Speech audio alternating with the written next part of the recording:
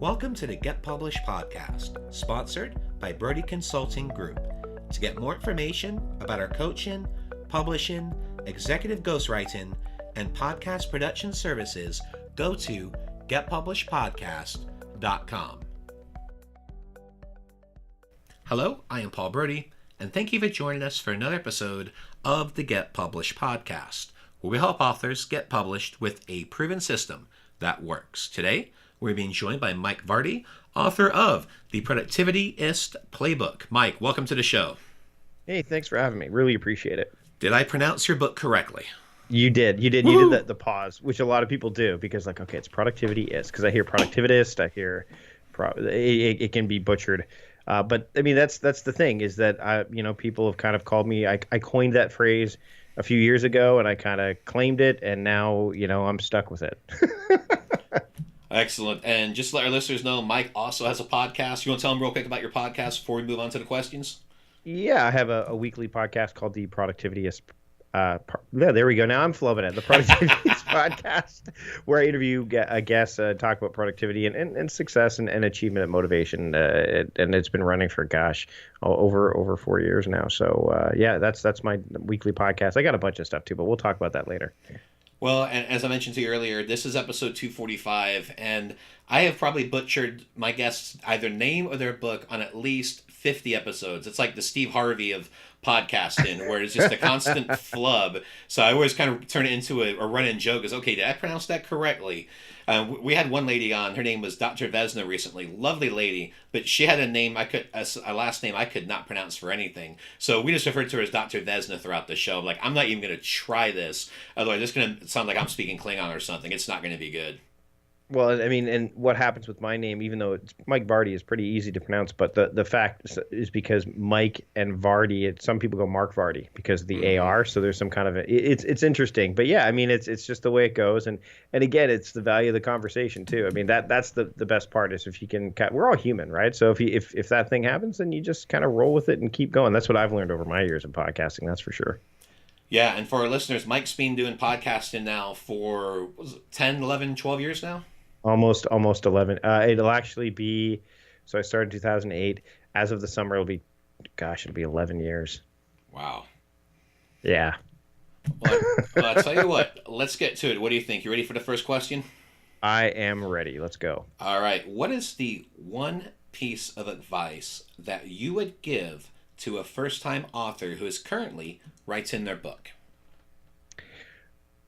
The biggest thing I would suggest is that you have a consistent writing routine in place. So whether you are a morning person or a night owl like me, make measured progress on that book every single day and break that book down into its smallest particles. I mean, the book is a project, right? So instead of saying work on book, which is your brain will go, yeah, right, whatever. say like write 500 words or work on this section. Like be a bit more specific because that way your brain has the ability to kind of comprehend that it's not as big a task as it seems to be. So that's what I would recommend. I've struggled with it too because I'm a writer and I want to make sure I get more content out. And a book is a big deal. So break that task down to its smallest particles, its smallest increments, and then have a routine in place that allows you to make measured progress on that every day. And what do you feel is the hardest part about getting published? So we get in our own way, I think. I think that's one of the things, and one of the beautiful parts about having the internet and being able to blog is that we live in this world of instant gratification. Like we can be gratified so easily. We just have to hit publish and people are reading our stuff. And one of the things I've learned over my years of creating content and writing and all that is you got to be okay with not publishing something when you realize it's going to be part of something bigger, like a book. So that's a hard thing. If you might have written this real gem of a piece and you know that it's juicy and it could go, quote, viral and all that stuff. But if it's going to be a quintessential part of your book, and you know that it could be made even better by an editor or something like that, don't rush to put it out there. That's the hardest part, is the patience part. Not just the patience of the building of the book, but the patience of understanding what maybe should be going into a book versus what you could publish on social media or online. That's why we're seeing a lot of people writing in public, right? Like the idea of having their book published And one of the things that I do to circumvent this is I have a membership community that we kind of they see that behind the scenes stuff. So if you can't totally let go of that, at least you could say, okay, well, I'm not going to publish it for the general public on Facebook or publish my screen on Instagram or publish it in a blog post. But what I will do is these few select people, they're going to be able to see me writing behind the scenes, so that way you still give that little piece that you want to give, as opposed to kind of pushing out things constantly and realizing that when you publish a book, all of a sudden, oh no, wait, I've already published it. It's all these blog posts online, and oops. Yeah, because that can also happen as well. So it's a double-edged sword where I always had the philosophy done is better than perfect, but I always want to preface that is yes, get your book out there, but make sure that you're invested in an editor. Do not edit that book yourself. You want to proofread it after your editor has sent it back, fine. But I always talk about three keys with a book. One, having a great looking book cover with a clear title and a beneficial subtitle, which is all about how the reader's going to benefit. The second key is to have a compelling book description.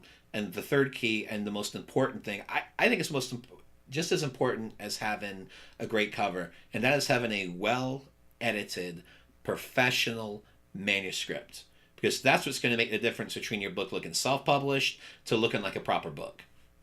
Yeah, and I think one of the things that we have to realize is as writers, we're so close to the material that sometimes we don't see the forest from the trees, right? Like I will explain things, and I've learned this over the years too. I'll say, oh, GTD, and people are like, what's GTD? I'm like, oh, it's Getting Things Done by David Allen. I think my brain goes, well, everybody knows what GTD is because I know what it is. We get some sense of arrogance about ourselves. It's not like an evil or diabolical arrogance or anything like that. It's just we're so close to the material, what an editor can do. And even, when it comes to the title, like I've had my editor say, I don't like this subtitle. It doesn't work too well. Or I don't like, here's your description. They will help with that too, because we're so close to it that we can't necessarily relate as well. And that's what an editor can do, is they can kind of say, okay, look, this is too complicated, or you've made this a bit muddy here. Let's distill this down. So I think that that's another really good reason. So invest that time and that energy and that and the finances in getting a good editor to help you out, because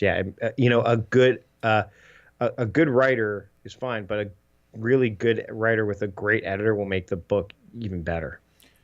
Absolutely. And speaking of investment, this will transition nicely to our next question, and that is to please share a marketing strategy that you have used in your book launch that has worked well.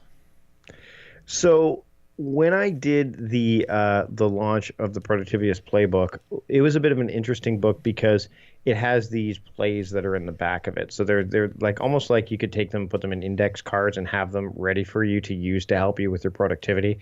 And one of the things that I did that really helped during the initial launch, it's actually still available too, and I'll share the link at the end here, is you would get a free play if you order the book. Like come to this specific page from my site, because it was self-published, and buy the book there and you get the free play.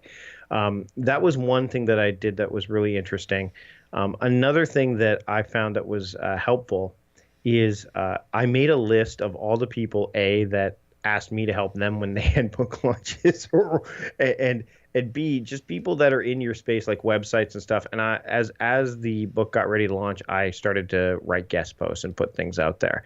I think that's the kind of thing that you can do that'll really help, because what happens is you can use those relationships to garner an audience that you may not normally see. And I don't do guest posts very often, but when I do, they're usually around some kind of product launch, whether it's a book launch or something like that.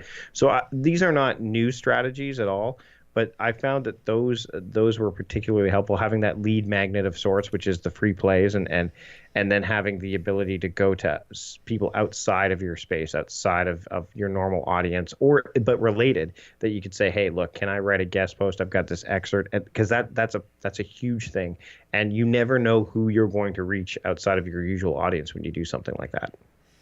Yeah, I think just in business and anywhere else, it's all about the relationships that you build. So if you're able to leverage those relationships through those guest posts, you're going to have a much wider audience and a much bigger net that you can cast out there. Yeah, and I think the other thing is when you start to put this plan together, I mean, putting me doing the lead magnet stuff, that's stuff that you built in automatically, but then you've got to set aside time for these guest posts. So again, Like you set aside time for writing, do the same thing for writing these guest posts. Like, I'm going to work on one guest post today. Like make it deliberate, make it small, make it actionable. So that way, and don't just start like, oh, book's ready. Like you could start as soon as you're in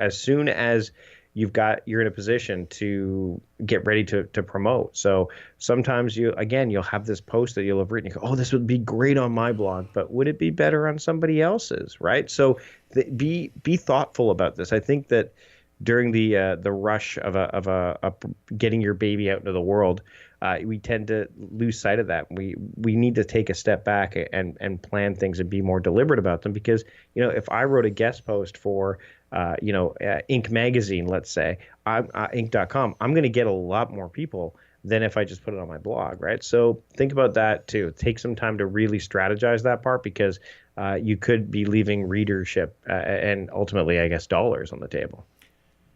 Yeah, and I think the biggest thing too is not only when you're doing the guest posts and everything, is, as you mentioned, also making sure that you have that lead magnet included. Hey, to get more information, check out my free resource here. Because I think one of the things that sometimes gets missed, people that go on podcasts, people that are doing these guest posts, for whatever reason, and this to me is just mind-boggling, they forget to add a call to action. I mean, that's one of the best things you can do to monetize and to build your brand. Always have an offer and always give something of value for free, and then you get their contact information, you can build those relationships, and it just amazes me that so many people still miss that golden nugget.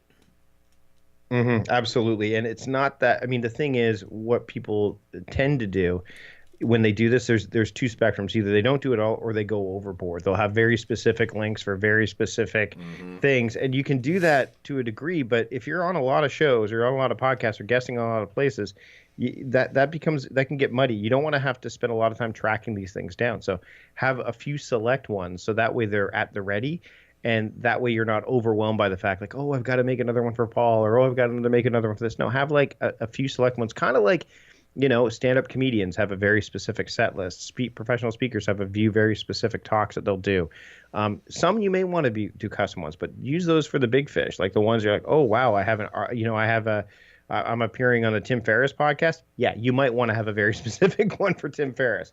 But beyond that, I would say have some good hub type links and lead magnets that you can offer to people. So that way, when you want to change them, they're easy to change, and you're not going to lose track of them in the process. Absolutely.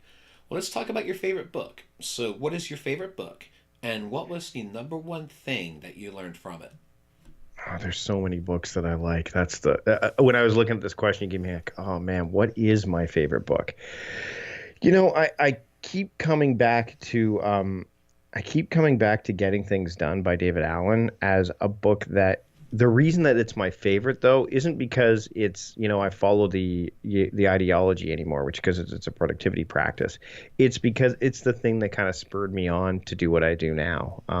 It's a really good system. It can be complicated for some, but what I get out of that book is just the idea of getting things out of your head, putting them in a system that you trust, and then making measured progress consistently. So I don't even read the book that often anymore, but I can see it looking like I'm looking across right now, and I can see the spine in my bookshelf.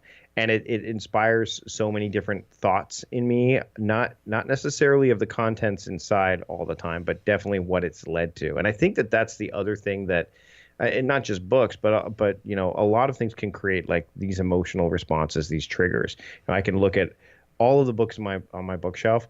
I would say 80% of them have significance. The other 20 I should probably go through and get rid of.